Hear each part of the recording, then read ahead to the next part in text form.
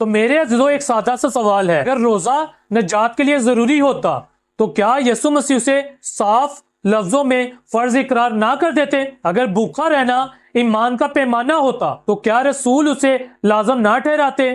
تو میرے عزیزوں آج ہم روایات سے نہیں بلکہ بائبل مقدس کی روشنی سے بات کریں گے۔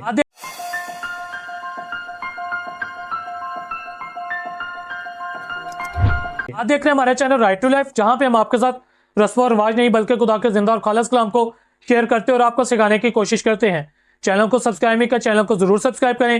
اگر یہ ویڈیو آپ ٹک ٹاک پہ، فیس بک پہ، انسٹاگرام پہ دیکھ رہے ہیں، وہاں پہ بھی فالو کر کے سپورٹ کر سکتے ہیں۔ میرے عزیزوں میں یہ ویڈیو اس لیے نہیں بنا رہا کہ میں کسی روزے دار کو غلط ثابت کروں، بلکہ اس لیے بنا رہا ہوں کہ روزے کو وہ مقام نہ دیا جائے جو بائبل مقدس نے کبھی نہیں دیا، کیونکہ جب ہم کسی عمل کو فضل سے اوپر رکھ دیتے ہیں تو ہمارا ایمان بوجھ بن جاتا ہے۔ یسوع نے کہا جب روزہ رکھو، یہ فرض نہیں ہے، یہ سب سے زیادہ کوٹ کی جانے والی بات ہے، لیکن سب سے زیادہ غلط سمجھے جانے والی بھی۔ متی کی انجیل اس کے 6 باب کی 16 میں لکھا ہے، جب تم روزہ رکھو تو ریاکاروں کی مانند اپنا چہرہ اداس نہ بناؤ۔ آمین۔ میرے عزیزوں اس آیت میں یسوع مسیح نے یہ نہیں کہا تم پر لازم ہے کہ روزہ رکھو، بلکہ یہ کہا کہ جب تم روزہ رکھو۔ میرے عزیزوں یہ کوئی حکم نہیں تھا بلکہ یہ رہنمائی ہے، جیسے جب تم دعا کرو۔ تو میرے عزیزوں ہمارا روزہ رکھنا، ہمارا دعا کرنا، یہ ہمارے اعمال ہیں، نہ کہ نجات کی واحد شرط ہے کہ روزہ رکھو گے تو نجات ملے گی،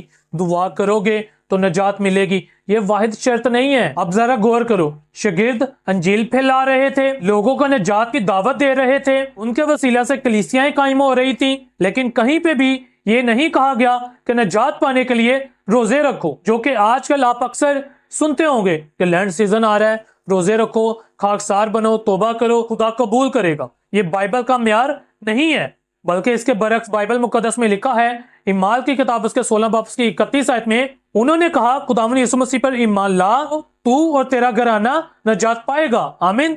تو یہاں پہ میرے عزیزوں ہم دیکھتے ہیں اس آیت میں کہ روزہ نہیں بلکہ ایمان امپورٹنٹ ہے۔ اگر میرے عزیزوں روزہ ضروری ہوتا تو اس آیت کو کبھی بھی ادھورا نہیں چھوڑا جاتا۔ روزہ جو ہے وہ ہماری روحانی ترقی کا باعث ہو سکتا ہے، لیکن یہ شرط نہیں ہے، یہ بہت اہم بیلنس ہے۔ روزہ کسی کو خدا کے قریب محسوس کروا سکتا ہے، توبہ اور دعا میں مدد دے سکتا ہے، روحانی ترقی کا ذریعہ ہو سکتا ہے، لیکن نجات کا ذریعہ نہیں۔ جیسا کہ رومیو اس کے 14 باب کی 5 آیت میں بھی ہم پڑھتے ہیں، ایک شخص ایک دن کو دوسرے دن سے بہتر سمجھتا ہے اور دوسرا ہر دن کو برابر سمجھتا ہے، ہر ایک اپنے دل میں پورا یقین رکھے۔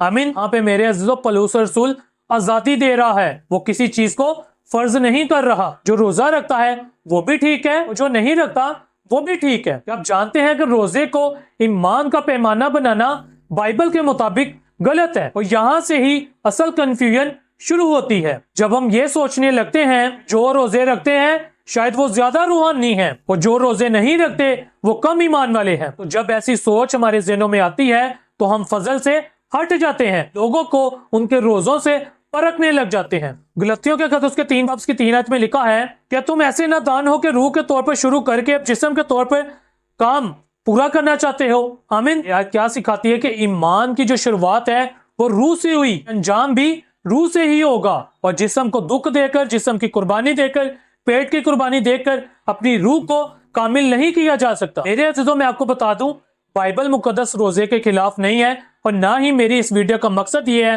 کہ میں روزوں کے خلاف ہوں۔ روزہ رکھنا بری بات ہے، بائبل مقدس میرے عزیزوں روزے کو تخت پر نہیں بٹھاتی۔ مسئلہ روزہ نہیں بلکہ روزے کو نجات کی سیڑھی بنانا ہے، کیونکہ جو چیز میرے عزیزوں ہمیں فضل سے ملی ہے وہ ہم قربانی سے یا اپنے پیٹ کی بھوک سے نہیں حاصل کر سکتے۔ اگر آپ لوگ روزہ رکھتے ہو تو وہ آپ کو خدا کے قریب کرتا ہے، تو روزہ ضرور رکھو، شکر گزاری کے ساتھ رکھو، یہ سوچ کے نہ رکھو کہ ہم قربانی دے رہے ہیں۔